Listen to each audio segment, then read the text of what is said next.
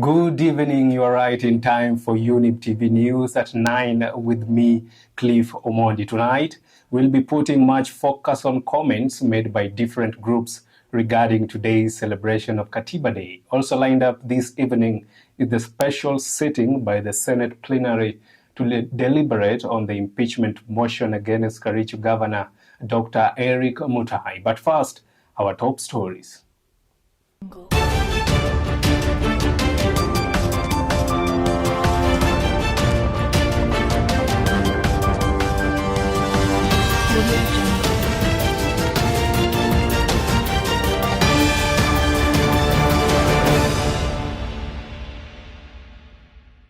You are aware, the mandate of the Senate in relation to proposed removal from office by impeachment of a county governor is provided under Article 181 of the Constitution.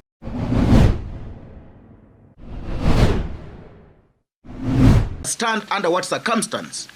Honorable Muthomi Njuki, who is the governor for the Kanithi, is opposing.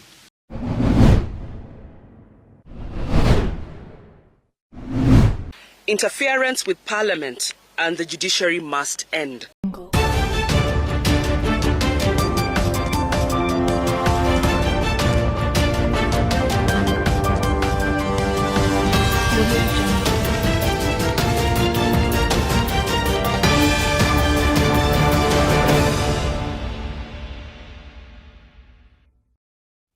Welcome and thank you for choosing Younib TV. Now, the Katiba Institute movement calls on the government and all leaders in general to fully implement the Constitution. They have stressed that all power belongs to the citizens and therefore efforts to ensure that the Constitution is implemented must continue. This comes as the government led the country in marking Constitutional Day, or rather Katiba Day, in the country. Must be fidelity to the letter and spirit of the Constitution. Populist and constitutional directives must be abandoned in favor of lawful processes anchored in the Constitution. Interference with Parliament and the judiciary must end. Legislators should be free to exercise their oversight and law-making roles without executive influence, while independent commissions and oversight bodies must be adequately resourced to fulfill their mandates free from political manipulation. There must be justice for victims of state violence, past and present.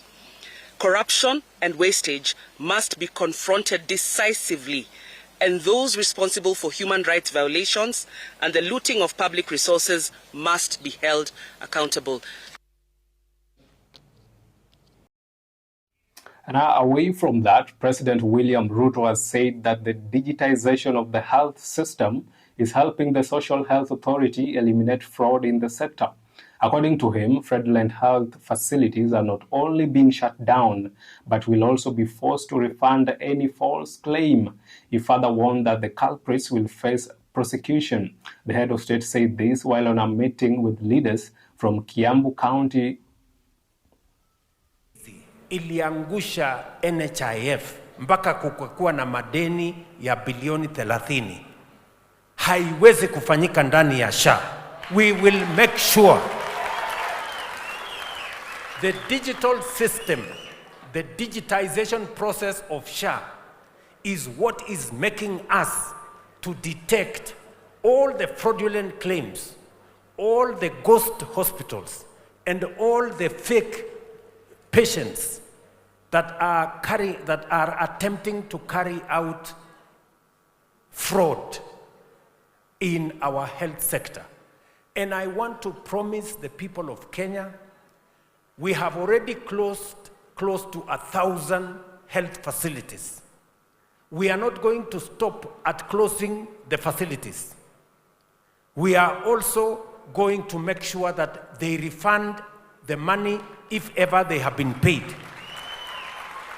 And thirdly, we are going to prosecute them because it is criminal to steal money meant for patients. It is criminal to steal public resources using whatever means. So, watch this space. SHA is going to work because we are going to eliminate fraud. Nyinyi mnanielewa? All right, now the Senate plenary today commenced hearing of the motion for removal from office by impeachment of Honorable Eric Kipkoech Mutai, who is the governor of Kericho County. Among the charges against the governor submitted by the County Assembly of Kericho includes gross violation of the Constitution and other laws, abuse of office, and gross misconduct. However, Governor Mutai pleaded not guilty to the 3 grounds of impeachment. Order number 2, reading of the charges on the proposed removal from office by impeachment of the Honorable Eric Mutai, Governor of Kericho County.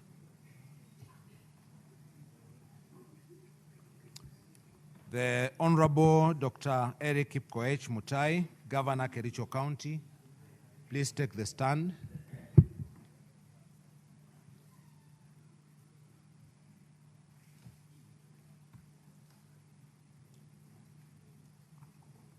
Honorable Dr. Eric Kipkoech Mutai, Governor Kericho County, the charges against you as received from the County Assembly of Kericho are as follows, and I quote, Ground 1, gross violation of the Constitution and other laws, gross violation of the Constitution of the Republic of Kenya 2010, the County Governments Act 2012, the Public Procurement and Asset Disposal Act, the Public Finance Management Act 2012, and Kericho County laws. The particulars of this ground are as follows. 3.3 of the County Governments Act and Standing Order 81A at a special sitting of the Senate held on Wednesday, the 20th of August 2025. The charges against the Governor of Kericho County, as contained in the motion of impeachment by the County Assembly of Kericho, were read out to the assembled Senate. Honorable Senators, ladies and gentlemen, as you are aware, the mandate of the Senate in relation to proposed removal from office by impeachment of a county governor is provided under Article 181 of the Constitution, as read together with Section 33 of the County Governments Act 2012 and Standing Order 80 of the Senate Standing Orders. In particular, Article 181, Senator Mbugua, the chair must be heard in silence. In particular, Article 181 of the Constitution provides as follows. 1. A county. And on to matters health, the fate of health workers under the Universal Health Coverage Scheme is becoming more of a crisis. The move by the Council of Governors to block the transfer of the officers to county governments before the funds are released has angered members of the Nurses Union. The union's Secretary General Seth Panyako has accused Tharaka Nithi Governor Muthoni Njuki of what he has called an obstacle to the nurses. Panyako has called on CS Aden Duale to reassign the nurses and place them in referral hospitals. The ministry has issued a clear communication, and we do not understand under what circumstance Honorable Muthoni Njuki, who is the governor for Tharaka Nithi, is opposing the conversion of this staff into permanent and pensionable. We know that if this does not happen, we stand a risk of this money being reallocated in the next supplementary budget that will happen in the month of October. We therefore do not want to hear anything that is going to delay this process from happening from 1st of September, which is next month. Muthoni Njuki, tunasema hii si mambo ya kisiasa. Usiingize siasa kwa haki zetu kama wauguzi. Sisi wauguzi tunapinga tena kwa ukali. Tukisema haitafika pahali sasa ikue ulikuwa unahusishwa na ulikuwa unajua kila kitu na kwa utaratibu vile mambo yanaenda. Imefika pahali sasa wewe umechukua jukumu ya kuweka fedha mbele badala ya kuangalia kazi ambayo itafanyika Kenya. Health Committee hata ikakaa chini na ikapitisha na ikatafuta hizi pesa kwa wizara tofauti tofauti. Itakuwaje sasa unataka hizo pesa mwanzo kabla ya kuweza kupatia hao watu makaratasi yao ya kuendelea kufanya kazi? All right, we are now taking a short break right here on Younib TV Live at 9. Stay tuned for more stories from the counties.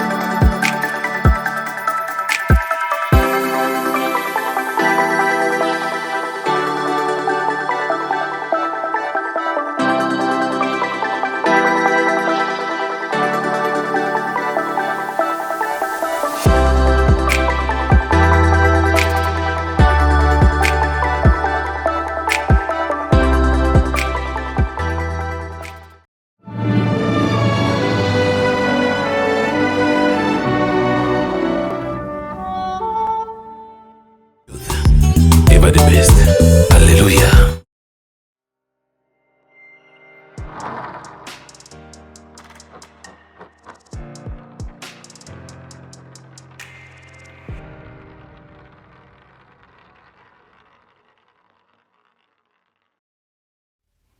Welcome back. Now, a family residing in the Mihango Katua area of Nairobi County is grieving the loss of their 21-year-old relative whose lifeless body was discovered in a one-room house. Witnesses report that the victim had previously been attacked by a gang of assailants who went on a violent spree, allegedly stealing mobile phones and other valuables from multiple residents while also leaving some individuals with injuries.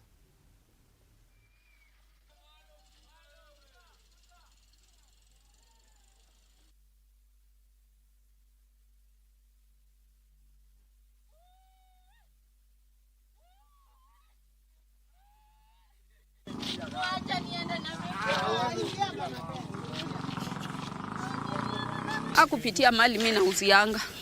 Sasa leo msichana alipiga jana simu achukue, alisema atamkujia. Sasa bila alikuja, msichana akatoka asubuhi. Akasema anakuja kuona bwana yake ako wapi. Hati kwa ama ako na rafiki. Kukuja msichana kanipigia simu, mama na Edwin ako kwa kitanda, namuita naitikia, amefura uso. Ni msichana mdogo ajui kama mtu amekufa. Ndiye akakuja kunichukua huko, nikakuta Edwin alikufa, Edwin ananuka. Huyo kijana alipigwa chupa ya kichwa na vijana wasele. Sawa. Hivyo mimi niliwakataza wasipige ndugu yangu. Mbona mimi sikupigwa? Niliwakataza sana. Msipige ndugu yangu, msipige ndugu yangu. Na leo ndo amepatikana kwa nyumba akiwa amefariki. So leo tulikuwa hapa na security agencies, walikuja wakachukua mwili, wamepeleka huko postmortem, na wenye wamemgonga wanajulikana vizuri sana. Hata picha zao tutazipost kwa mtandao very soon. Hatuhitaji hata vitu mingi sana kwa serikali. Tunataka tu justice ya huyu kijana.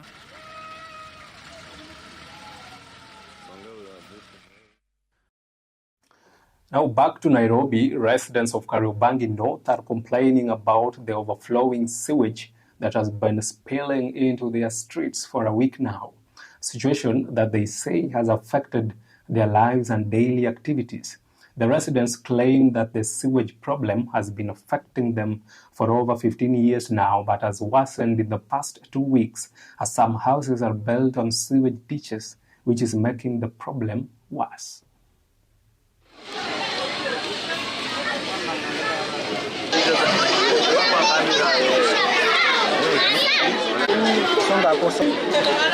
Ukiangalia kutoka chini, system ya siwa iko. Na hata tuseme hakuna system. Iko, lakini kuna watu wameachiria badala waweke kwa ile main, kwa system ya kanjo. Wanaiachiria inapita juu, ina flow over kwa barabara. So ndio tunaomba wakuu wakuje, ndio wale watu wameachiria sewage zao kwa barabara waweze kuchukuliwa hatua na hizo sewage ziingizwe ndani ya mitaro. Na hii sewage imetusumbua sana. Hii si mara ya kwanza, kutoka imekaa zaidi ya miaka karibu 15. Hata ilikuwa ikichipuka, unaona hata watoto wakitupwa kutoka roe inachungika. Huku tuko na mashule, watoto hata kuenda shule ni ngumu. Mimi kama biashara leo sijafanya biashara, ndio hizi vitu zangu juu nashindwa nitazitandika aje chini. Tusaidiwe hii sewage isikue inatusumbua. Like saizi tunajua mvua ikinyesha inaenda kukua dangerous sana. So we are praying maybe it does not rain so that our kids will be safe. A split has emerged in the ODM party in Kakamega County between Governor Fernandez Baraza and some of the party's elected MPs. This is after the leaders disagreed on how to conduct the controversial election, which saw the governor declare himself the chairperson of the party. Now, the MPs, led by the candidate for the seat, Nabii Nabuera, claim that Governor Baraza was afraid to participate in a secret ballot election process. Kuambia ODM Chungwa House ya kwamba Kakamega iko imara kwa chama cha ODM. Na yule ambaye ako na ufunguo hapa si mwingine ni Fanani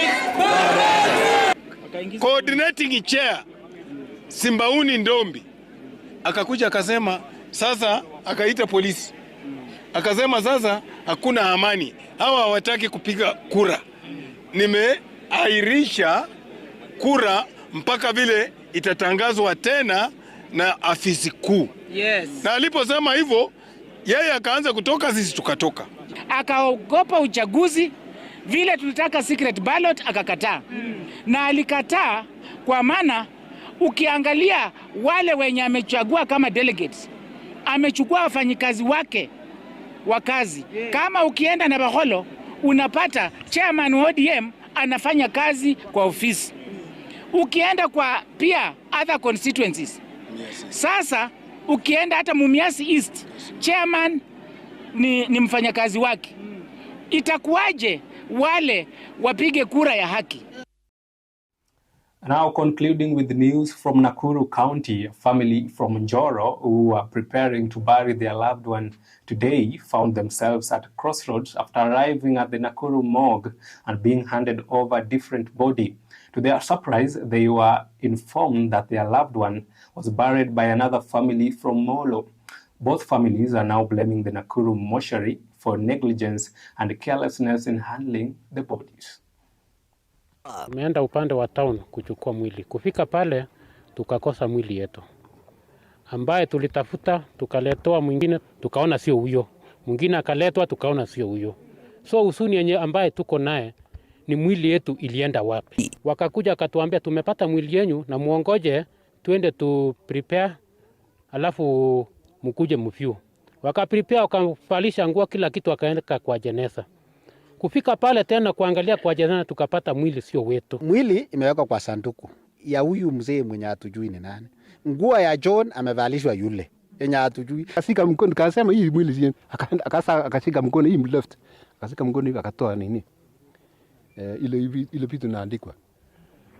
Tukaambia nini? Ameandika sasa jina ya nani? Ya John. Kwa hii mkono. Na si John. Katuambia mwili ambaye ni ya John Cheruyot ilipelekwa upande wa Molo na ilizikwa na ilipelekwa tarehe 19. Na huyu ambaye yako hapa sio wenyu, ni wale wa Molo. Sasa ule mwenye amepelekwa Molo ndio wetu. Sasa tunashindwa, jameni, mambo itaenda namna gani? Tunataka mwili ya John ikuwe kama John. Ikuwe amefanywa refreshment mpaka inaonekana ni nani? John. Msitulete maoso hapa atumtuambie ni John. Lazima governor agharamie hii mzigo yote, right from the word go sahi. We have come to the end of this day's live broadcast. Thank you for staying tuned and choosing Younib TV. I'm Cliffe. Have a restful night.